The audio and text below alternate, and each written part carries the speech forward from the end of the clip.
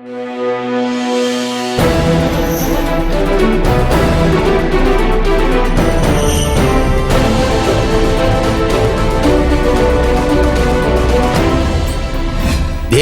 அளவற்ற அன்பு, அவருடைய கிருபை, அவருடைய இரக்கம், அவருடைய தயவு அளவற்ற விதத்தில் எல்லாவற்றையும் நமக்கு கொடுத்திருக்கிறது.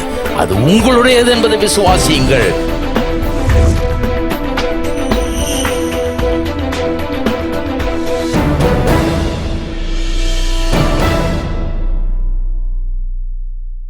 கடவுளே வழி ஏற்படுத்தினா கூட நம்புறதுக்கு ஆள் இல்லை. அதுதான் பிரச்சனை. கடவுள் கிருபையில் எவ்வளோ கொடுத்தாலும் அதை நம்பி நம்ம செயல்படலைன்னா, விசுவாசத்தில் செயல்படலைன்னா, அவர் கொடுக்கறதுல கொஞ்சத்தை கூட அனுபவிக்கவே முடியாது, தப்ப முடியாது. தப்புறதுக்குன்னு வழியை சொல்றாரு. வழி நம்மளுக்கு நம்ப முடியலன்னா நம்ம என்ன பண்ண முடியும்? நம்பணும் கர்த்தரை, அதன்படி செயல்பட வேண்டும். காலையும் மாலைய வேளையும் கர்த்தரை கருத்துடன் பாடிடுவே. காலையும் மாலைய வேளையும் கர்த்தரை கருத்துடன் பரிசுத்தர் பரிசுத்தர் பரிசுத்தர் என தூதர் பாடிடும் துணி கேட்குதே.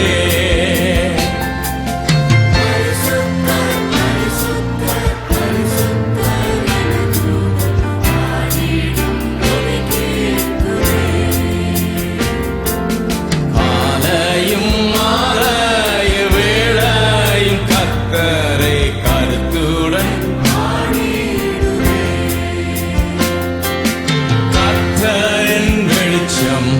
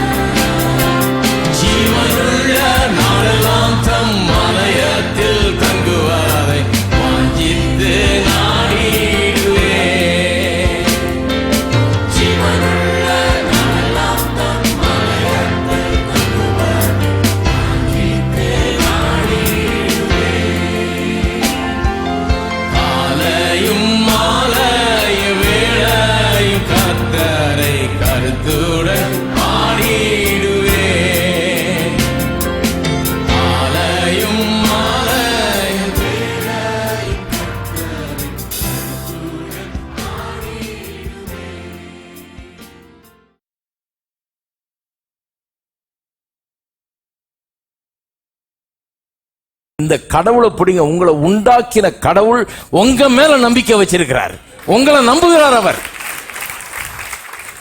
அதனால நான் சொல்றேன், இந்த கடவுள் எனக்கு ரொம்ப பிடிக்குது. ஆண்டவராகி இயேசுவின் மூலமாய் வெளிப்பட்ட இந்த தேவன் எனக்கு ரொம்ப பிடிக்குது. ஏன்னா என்ன நம்புற ஒரே கடவுள் அவர் தான். என்ன நம்புறார் அவர். என்ன ஒரு துச்சமா நினைக்கிறது கிடையாது, என்ன ஒரு மனுஷனா நினைக்கிறார். எனக்கு வேண்டிய மரியாதையை தர்றாரு, என்ன உன்னதமான ஒரு நிலையில வச்சு என்னிடத்துல பேசுறாரு, என்ன சிந்திக்க சொல்றாரு, என்ன யோசிக்க சொல்றாரு, என்ன தீர்மானம் எடுக்க சொல்றாரு. இது எனக்கு பிடிக்குது. அதனால தான் இவர் எனக்கு பிடிக்குது. என்ன ஒரு அடிமை மாதிரி நடத்துறது இல்லை. இங்க வா அங்க வா, அப்படி பண்ணி இப்படி பண்ணி, எனக்கு இதை கொண்டா அதை கொண்டான்னு கேட்கல அவரு. அவரு எனக்கு உரிய மரியாதையை தர்றாரு. அவர் மூலமா தான் நானே தெரிஞ்சுக்கிட்டேன் நான் மரியாதைக்குரியவன்றத. அப்பதான் எனக்கே விளங்குச்சு. அவை கவனிக்க வேண்டிய அருமையானவர்களே, நாம இன்றைக்கு வரைக்கும் இன்னைக்கு வரைக்கும் அக்கம்ப்ளிஷ் பண்ண அத்தனை காரியங்களும் அவருடைய கிருபையினால தான் பண்ணியிருக்கிறோம். எங்க அப்பா சொன்னது ரொம்ப உண்மை. அவர் இல்லைன்னா நிறைய எங்கே கிடப்போம், எங்கேயோ கிடந்திருப்போம். அவர் ஒருத்தர் எப்படியோ எங்கள் பாட்டி உள்ளத்தில் நுழைஞ்சு எங்கள் பாட்டியை சரி பண்ணி, எங்கள் பாட்டி மூலமாக எங்கள் வம்சத்தையே சரி பண்ணி, இன்றைக்கு எங்கள் வம்சத்திலேருந்து வந்தவங்க எத்தனையோ பேர் எத்தனையோ ஊரில் உலகம் முழுக்க சுவிசேஷத்தை பிரசங்கம் பண்ணிட்டு இருக்கிறாங்க.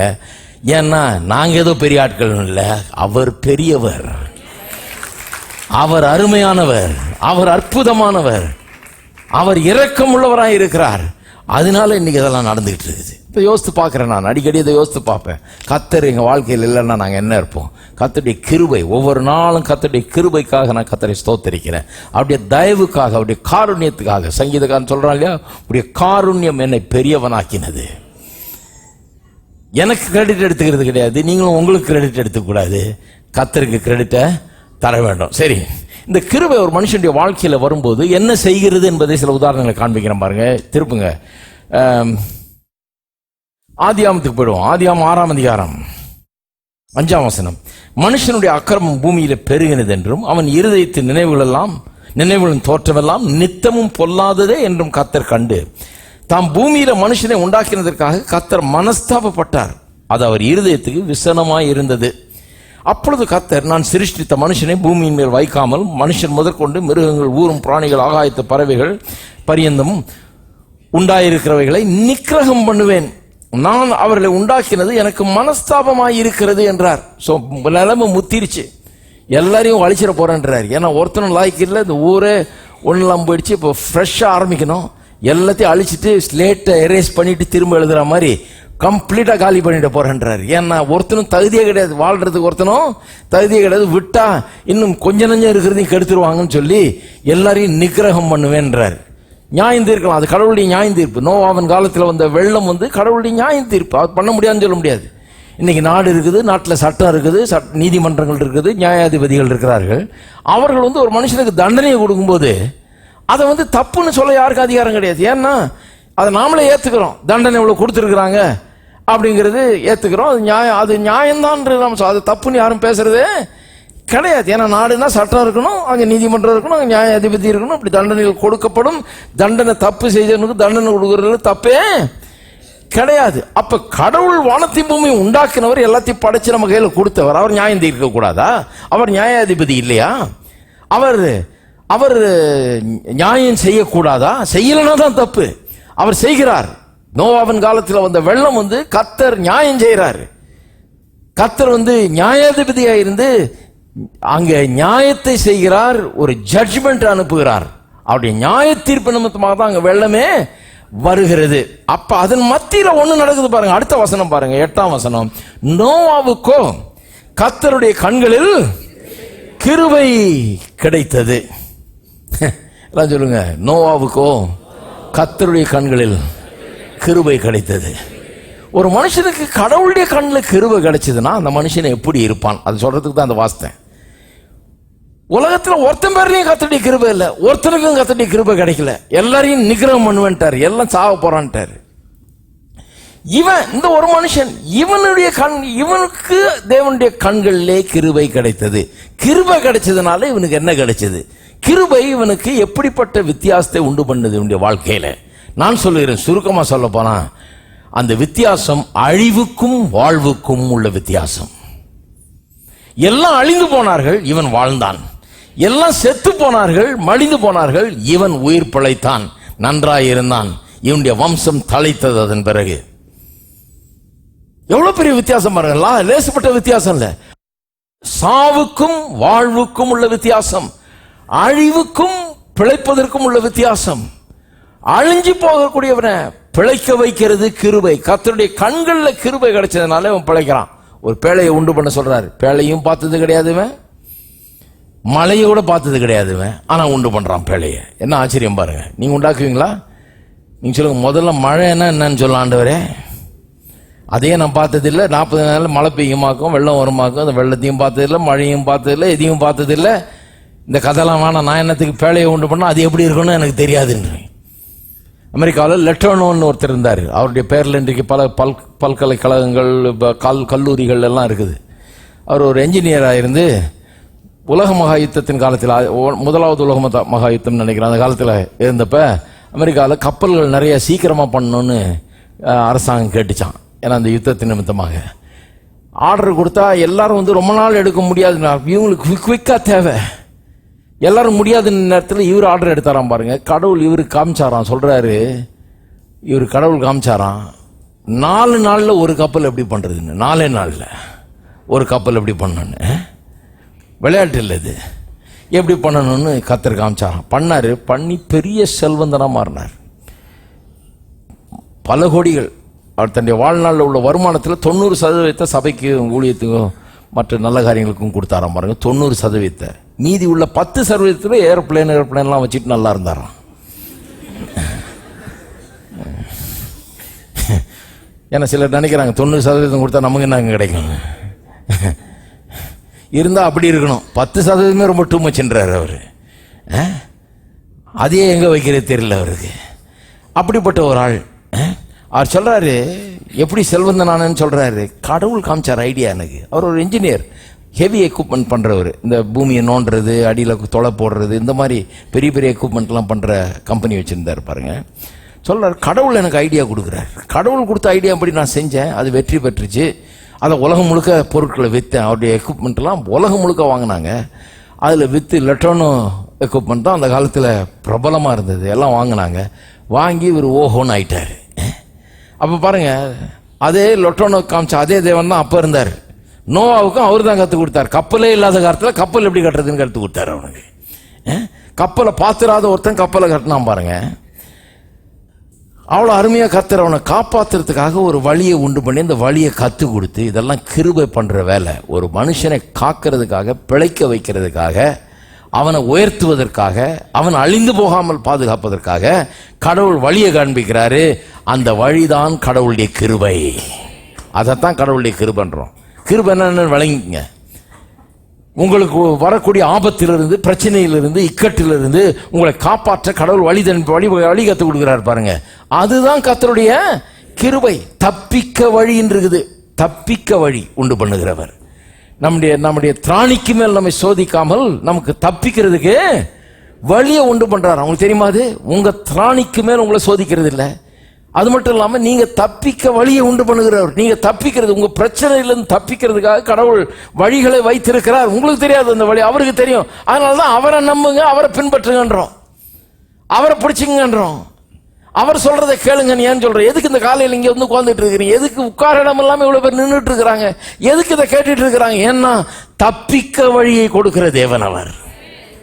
தப்பிக்க வழி. நிறைய பேர் இன்னைக்கு தப்பிக்கணும், அவங்களுடைய பிரச்சனையிலிருந்து தப்பிக்க வேண்டிய வழி கடவுள் கொடுக்கிறார். அதுதான் கிருபை, கடவுளுடைய கிருபை. பஞ்சத்திலிருந்து தப்புவிப்பதற்கு, நோயிலிருந்து தப்புவிப்பதற்கு, மற்றவருடைய சதியிலிருந்து தப்புவிப்பதற்கு, எல்லாத்துக்கும் கடவுள் ஒரு வழியை வைத்திருக்கிறார். ஜீவனுள்ள தேவனோடு இருக்கிறார். அவர் உங்களுக்கு வழியை காண்பிக்க கூடியவர். எத்தனை பேர் அதை நம்புறீங்க? அதுதான் கடவுளுடைய கிருபை. ஒரு மனுஷனுக்கு கடவுளுடைய கிருபை இருந்ததுன்னா வரப்போற அழிவு, எல்லாருக்கும் உண்டார அழிவிலிருந்து அவனை காப்பாத்துறதுக்கு கடவுள் வழியை காண்பிக்கிறார். அற்புதமான வழி காண்பிக்கிறார். அவன் அதை நம்புறான், அதன்படியே பேழையை கட்டுறான். பிரிஸ்கிரிப்ஷன்லாம் கொடுக்குறாரு, எப்படி கட்டணும், எவ்வளோ நீளம் ஆகலாம், என்ன பண்ணணும் எல்லாம் சொல்லி தர்றாரு. அதன்படியே செய்கிறான். இன்னொருத்தர் அந்த செஞ்சிருக்க மாட்டான். அதுதான் கடவுளே வழி ஏற்படுத்தினா கூட நம்புறதுக்கு ஆள் இல்லை. அதுதான் பிரச்சனை. கடவுள் கிருபையில் எவ்வளோ கொடுத்தாலும் அதை நம்பி நம்ம செயல்படலைன்னா, விசுவாசத்தில் செயல்படலைன்னா அவர் கொடுக்கறதுல கொஞ்சத்தை கூட அனுபவிக்கவே முடியாது, தப்ப முடியாது. தப்புறதுக்குன்னு வழியை சொல்றாரு. வழி நம்மளுக்கு நம்ப முடியலன்னா நம்ம என்ன பண்ண முடியும்? நம்பணும் கர்த்தரை, அதன்படி செயல்பட வேண்டும். அதனால தான் அந்த கொடுக்கறத பற்றிலாம் அப்படிலாம் போதுச்சு. ஏன்னா கடவுள் கொடுக்குற வழி நிறைய பேர் பஞ்சம் இல்லாமல், குறைவு, தாழ்ச்சி, இப்போ எப்போ பார்த்தாலும் வலிச்சிக்க சுரண்டிக்கன்ற வாழ்க்கை. ஹலோ, எப்படிலாம் சொன்னால் விளங்கணும் பார்த்துலாம் சொல்கிறேன் நம்ம ஆளுகளுக்கு. ஆனால் கடவுள் சொல்கிற வழியை மட்டும் கவனிக்க மாட்டாங்க, அதை நம்ப மாட்டாங்க. கொடுங்கள் அப்பொழுது உங்களுக்கு கொடுக்கப்படும், அமுக்கி குலுக்கி சரி. ஐயே, அது பேழை மாதிரி இவங்களுக்கு. அது என்னது? அது ஏன் நான் பண்ணணும்? அது யாரும் பண்ணியும் நான் பார்த்ததில்லை. இது என்னது? இது நமக்கு இது வேணாம், ஒத்து வராது பிரதர் அப்படின்வாங்க. ஆனால் கர்த்தர் சொல்கிறாரு, தப்பிக்கணுமா உனக்கு? பஞ்சத்திலேருந்து தப்பிக்கணுமா? இல்லாமையிலேருந்து தப்பிக்கணுமா? கடன்லேருந்து தப்பிக்கணுமா? உன்னுடைய பொருளாதார பிரச்சனையிலேருந்து தப்பிக்கணுமா? அப்போ இதான் வழிடுறாரு. கொடுங்கள் அப்பொழுது உங்களுக்கு கொடுக்கப்படும், அமுக்கி குலுக்கி சரிந்து விழும்படி. அப்போ நான் அதை நம்ப மாட்டேன். வேற ஏதாவது வழின்னா சாரி, வேற எதாவது வழி இல்லை. ஹலோ, இருக்கிறீங்களா? வேற எதுவும் வழி கிடையாது. அதான் அவர் விட்ட வழி. அந்த வழி அவருடைய கிருபை கொடுக்கிற வழி. அவர் சொல்றாரு, நீ இப்படி பண்ணு, ஆசீர்வதிக்கப்படுவேன்றாரு. பண்ணலன்னா அப்புறம் நம்ம என்ன பண்றது? கடவுள் எவ்வளவு கிருபையில கொடுத்திருந்தாலும் விசுவாசத்தை காண்பிக்காதனால ஒன்னுத்தை பெற்று அனுபவிக்கவே முடியாது. கிருபை அவனுக்கு ஒரு வழியை உண்டாக்குகிறது, ஒரு பேழை, ஒரு தப்பிக்க வழி. அவ்வளோ பெரிய வெள்ளம், உலகத்தையே அழிக்கிற வெள்ளம், எத்தனையோ மாதங்களா பூமியை மூடிக்கொண்டிருந்த அந்த வெள்ளம், அதுலேருந்து தப்பிக்க முடியாது. கடவுள் அவனுக்கு ஒரு வழியை ஏற்படுத்துகிறார். இவன் நம்புறான், அதன்படி செய்கிறான், அதுலேருந்து தப்பிக்கிறான். அதுதான் கடவுளுடைய கிருபை. இருக்கீங்களா? கடவுளுடைய கிருபை இருக்கும்போது இப்படிப்பட்ட காரியங்கள் நம்முடைய வாழ்க்கையில் நடக்குது. இப்படிப்பட்ட காரியங்கள் நம்முடைய வாழ்க்கையில் நடந்திருக்கு. என் வாழ்க்கையில் நடந்திருக்கு. நீங்களும் அநேகர் சாட்சி சொல்லுவீங்க, என் வாழ்க்கையில் கூட நடந்திருக்கு. அப்படி கடவுள் தப்பிச்சு விட்டுருக்காரு. எத்தனையோ முறை தப்பிக்க வழியை காமிச்சிருக்கிறார். எத்தனையோ பிரச்சனைகள் நுழைஞ்சு வெளியே வந்திருக்கிறேன். ஏன்னா கடவுளுடைய கிருபை. எத்தனை பேர் வந்திருக்கிறீங்க வெளியே? நான் வந்திருக்கிறேன், நிறைய தடவை பூந்து வந்திருக்கேன். கடவுள் வழியை காண்பிக்கிறார். அப்படி காண்பிக்கும்போது மற்றவங்களாம் என்ன பண்ணுவாங்க? ரொம்ப ஆச்சரியப்பட்டு அவங்க ரொம்ப நம்ம ஏதோ பெரிய சாமர்த்தியசாலின்னு நினைப்பாங்க. அப்போ தான் கொஞ்சம் ஜாக்கிரதையாக இருக்கணும். நம்ம கிரெடிட்டை நம்ம எடுத்துக்கூடாது பாருங்க. ஏன்னா மற்றவங்களாம் மாட்டிக்கிட்டாங்க, ஐயா நீங்கள் தப்பிச்சிட்டீங்க, எல்லாரும் பஞ்சத்தில் சிக்கிட்டாங்க, ஆனால் நீங்கள் நல்லா இருக்கிறீங்களே, பரவாயில்ல, நீங்கள் உங்கள்கிட்ட ஏதோ நீங்கள் ஏதோ பெரிய சாமர்த்தியம் வச்சுருக்கிறீங்க, உங்களுக்கு ஏதோ அறிவு பெருசாக இருக்குது, உங்களுக்கு ஞானம் பெருசாக இருக்குன்னு வாங்க. நீங்கள் சொல்ல இல்லை கடவுளுடைய கிருபை பெருசாக இருக்குது. அதுதான் கடவுளுடைய கிருபை. எப்பவுமே கிருபைக்கு நாம் மரியாதை கொடுக்கணும், கிருபைக்கு நாம் மகிமை செலுத்தணும். பாருங்க, சொல்றாரு பாருங்க, சபையை பற்றி சொல்றாரு. இந்த சபை எப்படி கட்டப்பட்டுச்சுன்னா, முழங்காலில் கட்டினேன் அப்படின்னாரு. அதாவது அவருடைய ஜபத்திலேயே கட்டினாராம் சபையை. எனக்கு ஜபம் ரொம்ப பிடிக்கும், ஜபம் ரொம்ப நல்லது, ஜபத்தை நான் தப்பு சொல்லல. ஆனால் ஜபத்தை மேன்மை பாராட்டக்கூடாது. எதில் மேன்மை பாராட்டணும்? கிருபையில் தான் மேன்மை பாராட்டணும். கிருபை இல்லைன்னா உங்களுக்கு ஜபம்னால என்னன்னு தெரியாது. ஹலோ, கடவுளுடைய கிருபை தான் கடவுள்கிட்ட உங்களை கொண்டு வந்து ஜபம் என்னன்னு காமிச்சு, எப்படி ஜபிக்கணும்னு கற்றுக் கொடுத்து, ஜபத்தின் மேலே நம்பிக்கையை கொடுத்து, அப்படி தான் நீங்கள் ஜபிக்கிறீங்களோ. ஜபத்தில் மேன்மை பாராட்டி பிரயோஜனம் இல்லை. கர்த்தருடைய கிருபை இல்லைன்னா மூச்சே இருக்காது, அப்புறம் எங்கே ஜபம் பண்ணுறது இல்லையா? அப்போ நான் முழங்காலிலேயே கட்டினேன், நான் ஜபத்திலேயே கட்டினேன்னா, கர்த்தர் சொல்கிறாரு, என் சபையை நான் கட்டுவேன். யார் கட்டுறதுங்க? அதனால் நான் கட்டுறதில்லை. நான் ஒழுங்காக ஞாயிற்றுக்கிழமை காலையில் 6:30 மணிக்கு வந்து பிரசங்கம் பண்ணுறதுக்கு ரெடியாகி நிற்கிறது, ஆஜராகிடுவேன் நான், அவ்வளோதான். ஹலோ, நல்லா தூங்கி எழுந்திரிச்சு சட்டையை மாட்டிக்கிட்டு கரெக்டாக 6:30 மணிக்கு ஆண்டவரே ரெடி, அட்டெண்டன்ஸ் கொடுத்துருவேன் கரெக்டாக. அப்புறம் மீதியெல்லாம் நீர் பார்த்துக்க ஆண்டவரே, நான் எந்திரிச்சு நிற்க போகிறேன், கொடுத்ததை பேச போகிறேன். பேசும்போது நீர் தான் எனக்கு வல்லமையும் ஆற்றலையும் தந்து அந்த பேசுறது போய் ஜனங்களுக்கு கிடைச்சி அது விளங்கி அவர்களுக்கு பிரயோஜனப்படுற அளவுக்கு நீர், அது உம்முடைய வேலை, நான் ஒன்றும் பண்ண முடியாது. நான் என்ன பண்ண முடியும்? நான் மனுஷன் தானே.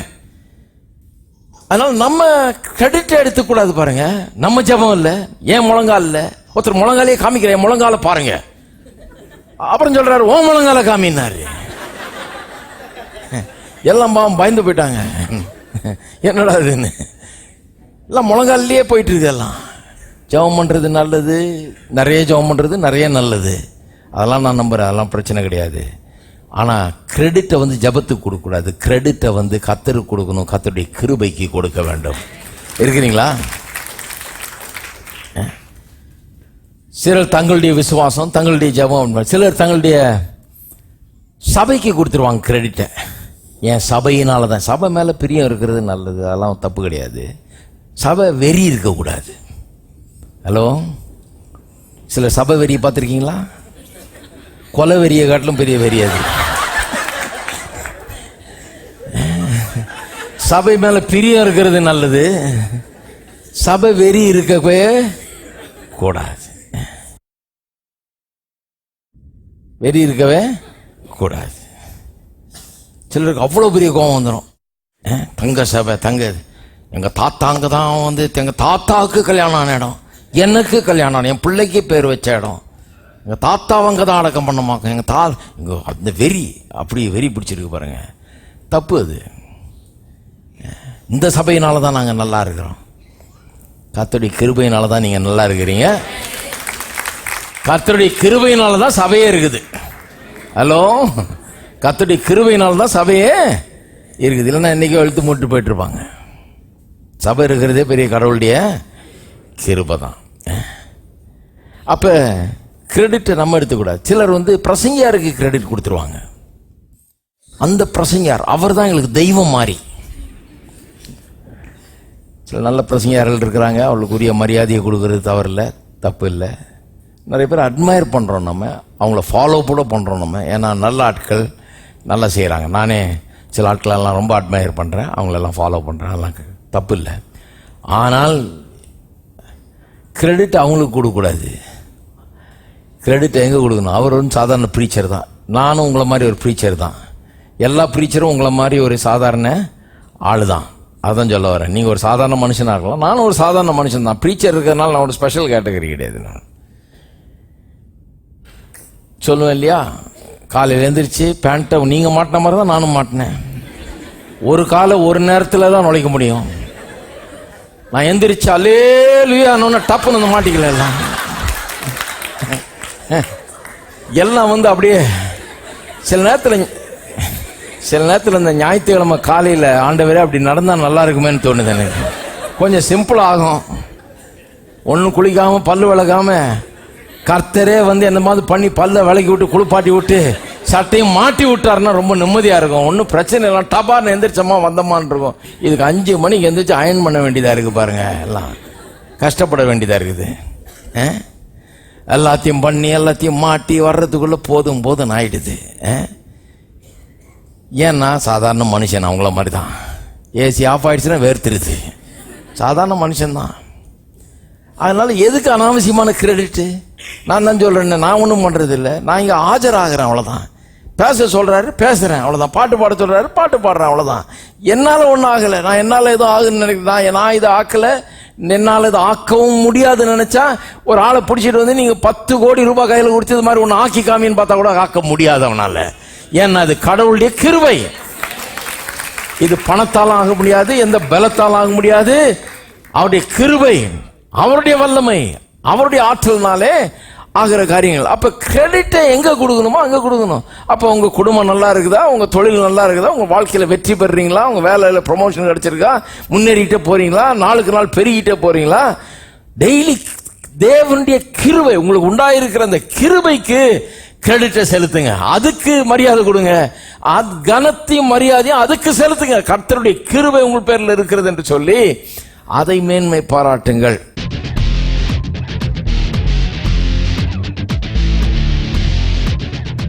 நம் வாழ்க்கையில சரியான பாதையில போகும்படியாக, ரட்சிக்கப்படும்படியாக, ஒரு சரியான படிப்பை படிக்கும்படியாக, சரியான வேலைக்கு செல்லும்படியாக, சரியான ஒரு ப்ரொஃபஷனை தேர்ந்தெடுக்கும்படியாக, சரியான ஒரு திருமணத்தை செய்ய முடியும். இப்படி வாய்ப்புகளை கருவ தருகிறது. அந்த வாய்ப்புகளை நாம் பயன்படுத்தும் போது அதுக்கு அதுல வாழ்ந்து கடவுளுடைய நோக்கங்களை நிறைவேற்றி முடிக்கும்படியாக வேண்டிய எல்லா அறிவையும் ஆற்றலையும் பலத்தையும் ஞானத்தையும் எல்லாத்தையும் கிருபை தருகிறது.